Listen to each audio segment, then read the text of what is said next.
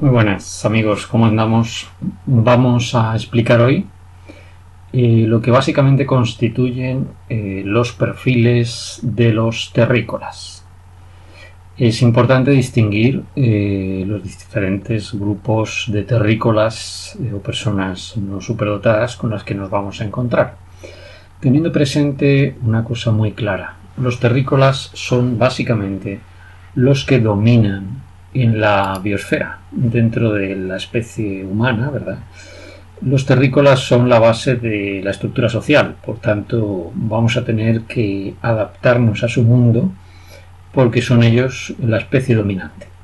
Cuando hablo de especie lo empleo con cierta dosis de broma, realmente todos somos seres humanos, pero si habéis visto algunos de los vídeos del Cañal y algunos estudios recientes indican que la superdotación podría estar ligada a genes neandertales.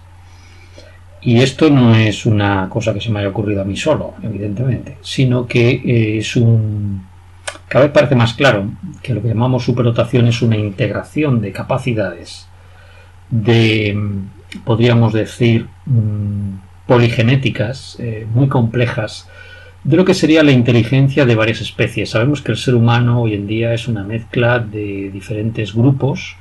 Por un lado los denisovanos, ¿verdad? Por otro lado los neandertales, por otro lado los sapiens, y parece que incluso recientemente han aparecido algunos estudios que indican que otras variantes que se discute si estaban cercanas al Homo erectus o no, forman parte de la especie humana. Es decir, que nuestra especie es una especie compleja, formada por la hibridación de otras especies.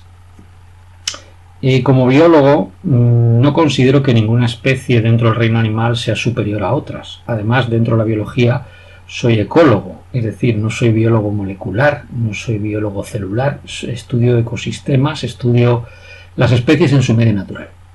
Yo creo que un orangután, por ejemplo, es superior a cualquier otro primate en su medio natural, porque está adaptado a él. Por tanto, la superioridad no hay que entenderla intrínsecamente, sino superioridad respecto a las características, ni siquiera hablaría de superioridad, sino adaptación a tu entorno, ¿no? El superdotado es una variante cognitiva, realmente, dentro de la especie humana, que no es cuantitativa, sino cualitativa. Ya hemos dicho que a medida que enfriamos el agua, como símil, ¿no? Para que se entienda, a medida que enfriamos el agua, esta cambia de fase, se transforma en hielo. Nos da igual si el hielo está a menos 5 o a menos 10, sigue siendo hielo. Por tanto, yo no haría demasiadas diferencias entre los superdotados. Creo que forman un grupo con relativa homogeneidad. Yo, estando en dos asociaciones, me he encontrado con gente con un CI de 170 y no he visto que fueran realmente muy diferentes de otros superdotados. Es un CI bastante raro encontrar gente así, pero no he encontrado que fueran esencialmente diferentes en sus características, que yo creo que son más importantes.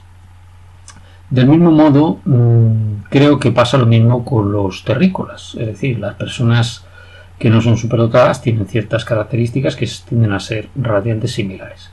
No obstante, para que nos entendamos y sepamos un poco a qué nos enfrentamos, yo distinguiría tres niveles dentro de los terrícolas. Los niveles, y cuando hablo de bajo, medio, alto, me refiero solamente al CI, no estoy introduciendo ningún sesgo en contra de ningún grupo, evidentemente, no es el caso. Simplemente estoy explicando para entendernos lo que sería el nivel cognitivo. Dentro del colectivo terrícola podríamos diferenciar, yo creo que tres niveles: nivel bajo, medio y alto. Nivel cognitivo bajo, pues estaría dentro de CIs pues que irían muy por debajo de 90. Serían personas que a nosotros los superdotados nos parecerían más bien toscos, primarios, insensibles, con unas predisposiciones al sexo que incluso llegaremos a pensar que es casi animal. No se les ve muy sofisticados precisamente, no valoran los aspectos que nosotros consideramos en una relación de pareja, por ejemplo, más importantes, ven a las mujeres como objetos sexuales prácticamente, y dominan la sociedad, es decir, son la variante dentro de los terrícolas, la variante dominante. Luego estarían los superdotados de gama media, son un poco más inteligentes, pero no lo suficiente como para vernos a nosotros como, como dignos de ser considerados. Nos consideran extraños, se consideran mejores que el resto, porque claro, ya son un poquito más inteligentes, ¿verdad?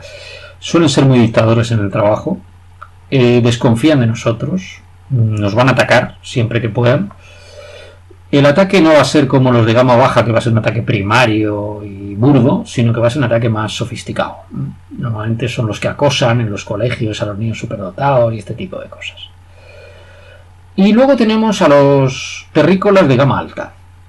Son muy parecidos a los superdotados. En algunos casos incluso es posible que muchos de ellos sean superdotados mal detectados o que no han sido detectados.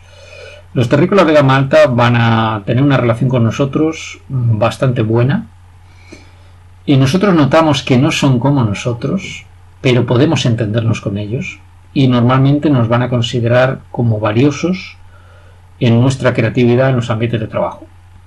Yo básicamente la recomendación que voy a hacer es que huyas como de la peste de los terrícolas de gama baja y media. Los de gama baja no te van a aportar absolutamente nada, pero no porque sean cognitivamente más alejados de ti, sino porque te van a ver como una amenaza, como raro, incluso se van a reír de ti. Un terrícola de gama media jamás se va a reír de un superdotado, al revés, ¿sabe? Es muy consciente el potencial del superdotado, lo va a intentar atacar, aprovecharse de él.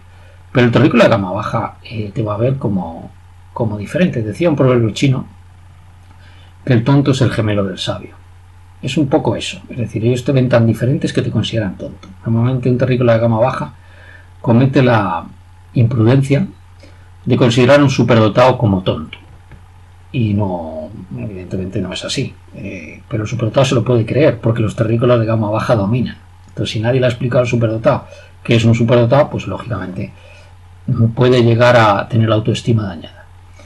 A medida que vas evolucionando dentro de esta detección y te vas dando cuenta, empiezas a diferenciar los tres perfiles perfectamente. Y mi conclusión es que con los de gama baja no merece la pena perder el tiempo.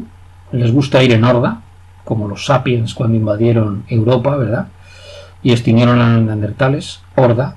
Recordemos el pensamiento simbólico que ha sido detectado en el preneandertal y que realmente lo que diferenciaba al sapiens yo creo que era exactamente eso, es decir, la capacidad para funcionar como una horda.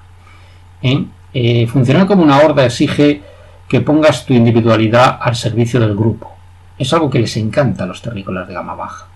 Todas las teorías dictatoriales, comunismo y fascismo han sido producidas en la humanidad básicamente porque la variante de gama baja domina.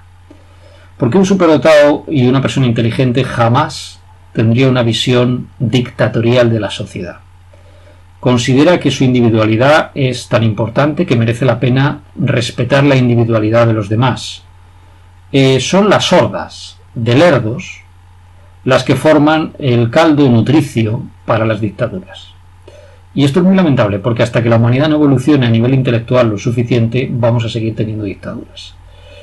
Los de gama media son especialmente problemáticos para los superdotados, porque si no los ves venir, o no te fijas mucho en ellos, pero con el tiempo aprendes a diferenciarlos. Una de las cosas que suelen utilizar es el halago. Te van a tratar de trabajar el halago. No se dan cuenta que, en el fondo, eso es precisamente una de sus características que los hace especialmente peligrosos y que nosotros nos ponemos a la defensiva en cuanto vemos que alguno trata de halagarnos, de trabajarnos la autoestima. Ellos se piensan que tú eres como ellos. Cuando se tiene un nivel de inteligencia alto, uno ve sus propios fallos. Entonces, la prepotencia es una característica propia de mentes estúpidas. Por tanto, el de gama media va a tratar de halagarte, pero de halagarte en el mal sentido. ¡Oh, qué tío más válido eres! A ver si haces esto, a ver si haces lo otro, y se aprovechará de ti en cuanto pueda.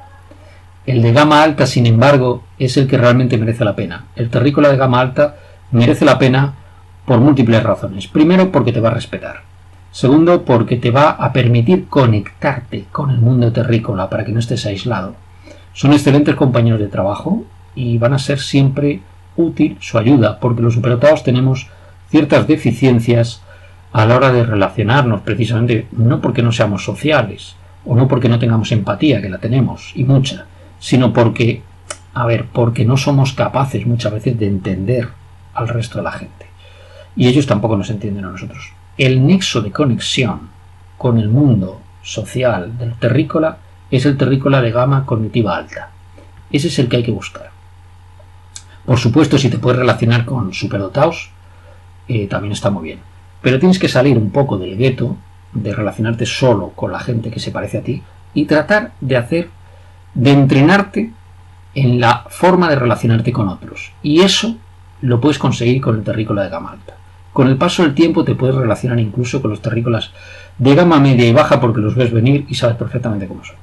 Podría contar cientos de anécdotas de problemas que me han generado los terrícolas de gama baja y media, pero lo dejaremos para otro día. Espero que te haya sido útil este vídeo. Prometo no volver a borrar este canal. Y adelante y a por todas. Un saludo. Chao.